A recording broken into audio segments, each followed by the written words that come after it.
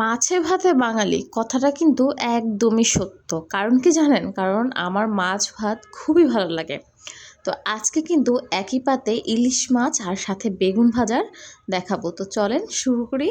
Hello, আসসালামু আলাইকুম। লাড্ডু কিচেনের পক্ষ থেকে সবাইকে স্বাগত।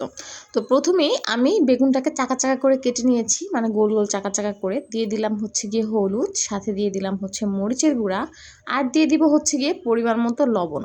এটাকে দিয়ে ভালো করে বেগুনটাকে একদম মেখে নিতে হবে। বেগুনের এপাশ ওপাশে দুই পাশেই যেন হলুদ আর লবণটা চলে যায়। তো আমার কিন্তু এইভাবে মাছ, বেগুন ভাজা, বেগুন ভর্তা খুবই ভালো লাগে। তো আমি জানি যে অনেকেই আছেন যারা ইলিশ মাছ খুব পছন্দ করেন। আপনাদের কার কার পছন্দ সেটা কিন্তু কমেন্টে জানাবেন।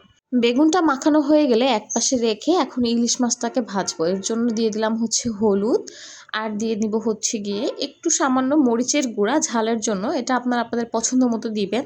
আর দিয়ে দিব হচ্ছে সামান্য একটু লবণ। তো এইটাকে দিয়ে ভালো করে ইলিশ মাছটাকে মেখে নিতে হবে। ইলিশ মাছ ভাজা আর সাথে ইলিশ মাছ ভাজার যে তেল, সেটা কিন্তু অনেক মজা। তো এইখানে যে শুধু ইলিশ মাছেরই যে ফ্লেভার থাকে, এইটা দিয়ে কিন্তু এক প্লেট ভাত খাওয়া যায়। তো এটাকে ভালো করে মেখে নিয়েছি। একদম সুন্দর করে মাখানো হয়ে গেলে এখন আমি এটাকে ভাজতে চলে যাব। আর আমি কিন্তু মাছটাকে এমনভাবে কেটেছি যেন মশলাটা একদম মাছের ভিতরে ভিতরে চলে যায়। দেখেন কত একদম কিন্তু সুন্দর করে কাটা হয়েছে। তো এটা কাটা হয়ে গেলে এখন প্রথমে আমি বেগুনটাকে ভেজে নিব। তো চুলাতে তেল দিয়ে তেল গরম করে দিয়ে দিলাম হচ্ছে গিয়ে বেগুনগুলো। বেগুনটাকে এপাশ ওপাশ দুই পাশ ভালো করে ভাজা হয়ে গেলে এখন আমি এর মধ্যে দিয়ে দিব হচ্ছে সামান্য পেঁয়াজ কুচি, মানে এক মুঠের মতো এখানে পেঁয়াজ আছে। পেঁয়াজটাকে একটু দিয়ে দিলাম।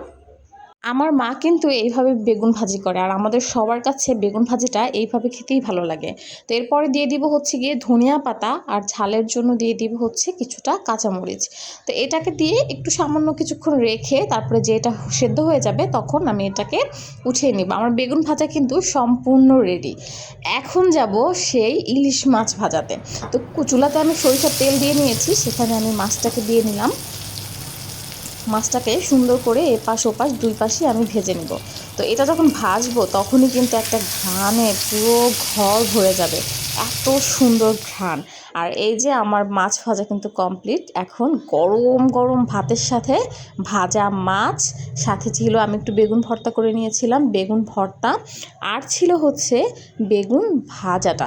তো এইটা দিয়ে খেতে যে কি মজা! আর আমি কিন্তু সেই ইলিশ মাছের তেলটাও একটু মাছের উপরে দিয়ে নিব।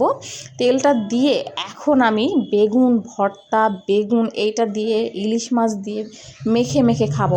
একদম তৃপ্তি সহকারে এক প্লেট ভাত খাওয়া যাবে। আর দুপুরে যদি এরকম একটা খাবার হয় তাহলে কিন্তু একদম মন পেট দুইটাই শান্তি। তো আপনারা আজকে কে কী খেয়েছেন সেটা কিন্তু অবশ্যই কমেন্টে জানাবেন। আর আজকের ভিডিওটা কেমন লেগেছে সেটাও কিন্তু কমেন্টে জানাবেন।